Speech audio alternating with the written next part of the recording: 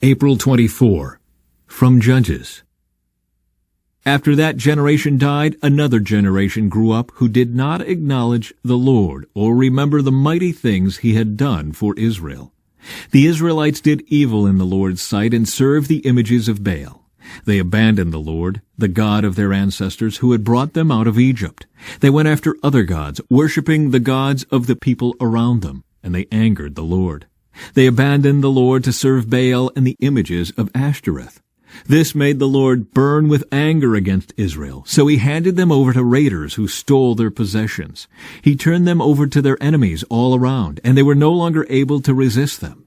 Every time Israel went out to battle, the Lord fought against them, causing them to be defeated, just as he had warned, and the people were in great distress.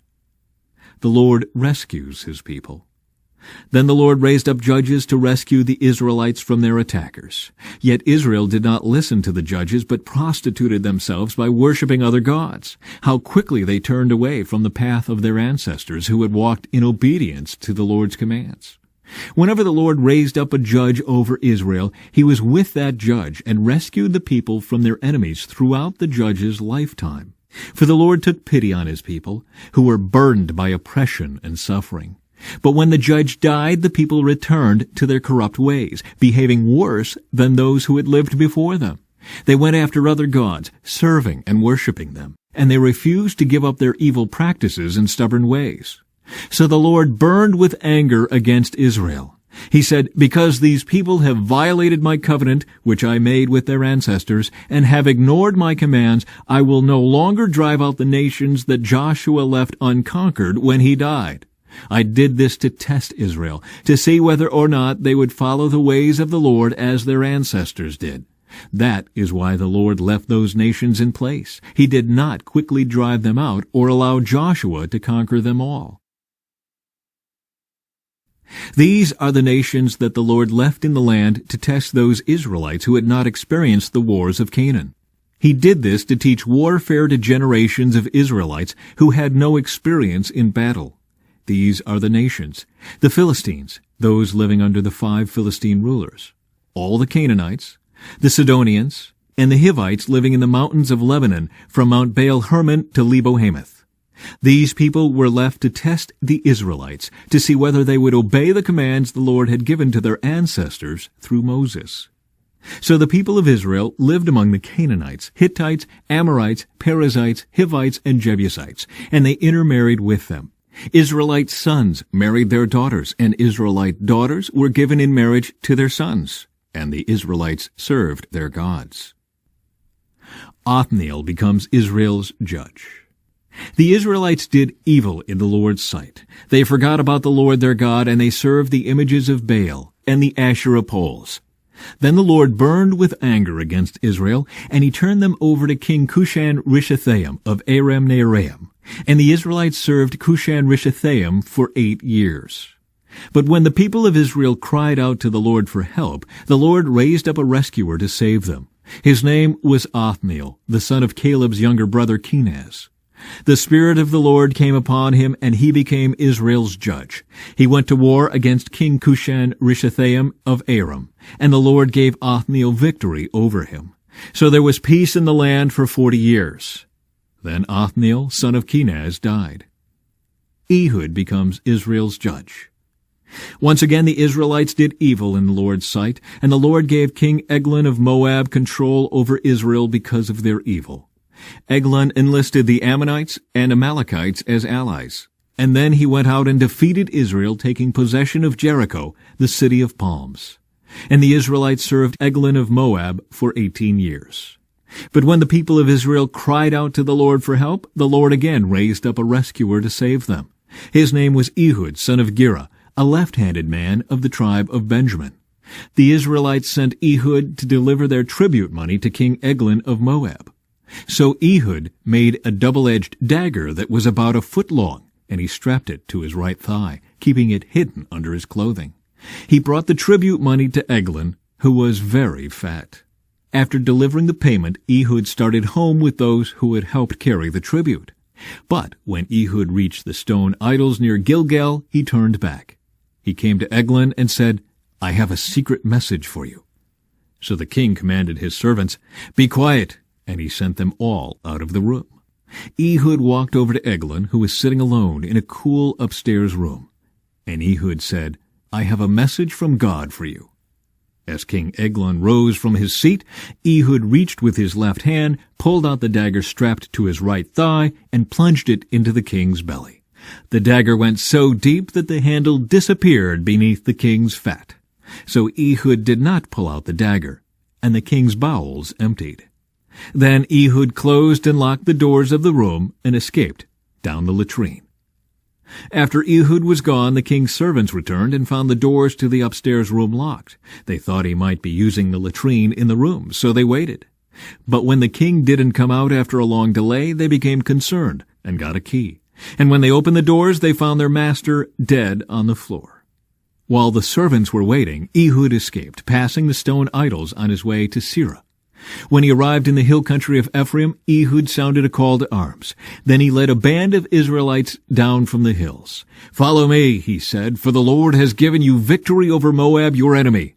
So they followed him, and the Israelites took control of the shallow crossings of the Jordan River across from Moab, preventing anyone from crossing. They attacked the Moabites and killed about 10,000 of their strongest and most able-bodied warriors. Not one of them escaped.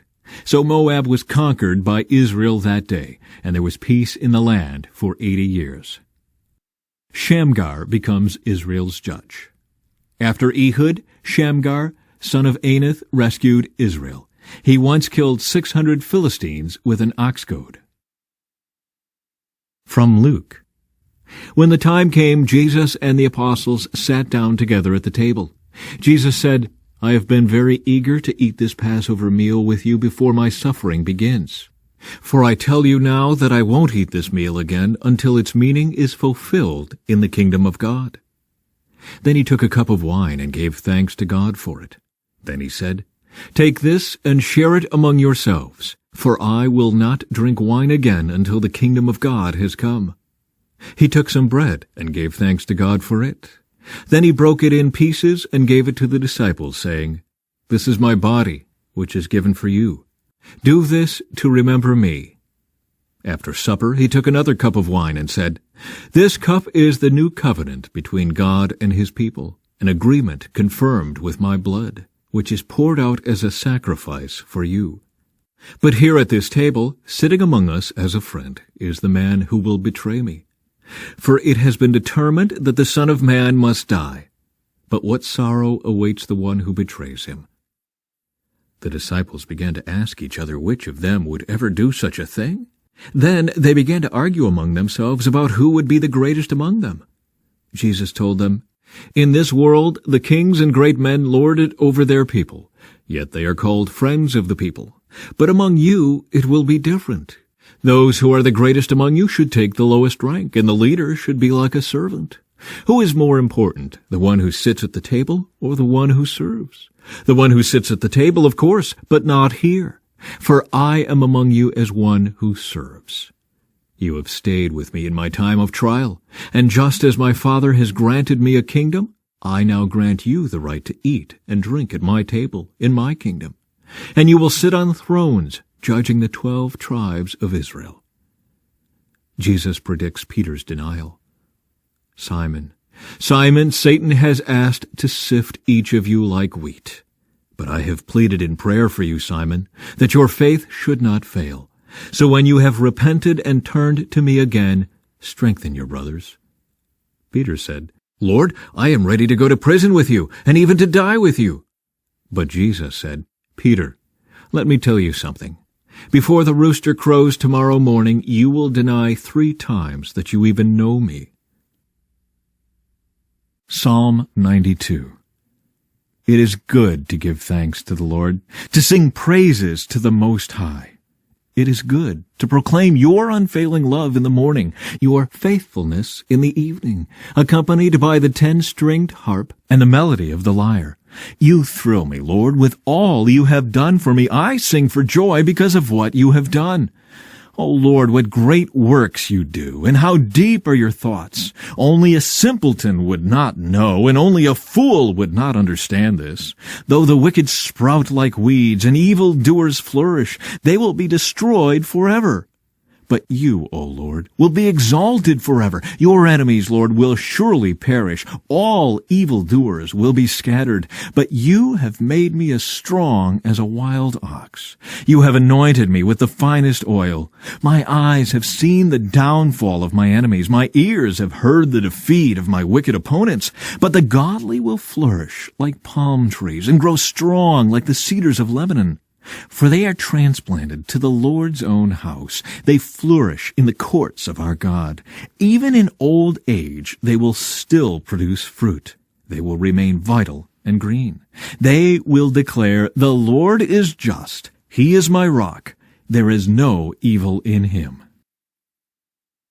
The Lord is king. He is robed in majesty. Indeed, the Lord is robed in majesty and armed with strength. The world stands firm and cannot be shaken. Your throne, O Lord, has stood from time immemorial. You yourself are from the everlasting past. The floods have risen up, O Lord. The floods have roared like thunder. The floods have lifted their pounding waves. But mightier than the violent raging of the seas, mightier than the breakers on the shore, the Lord above is mightier than these. Your royal laws cannot be changed. Your reign, O Lord, is holy forever and ever. From Proverbs, chapter 14. A wise woman builds her home, but a foolish woman tears it down with her own hands. Those who follow the right path fear the Lord. Those who take the wrong path despise him.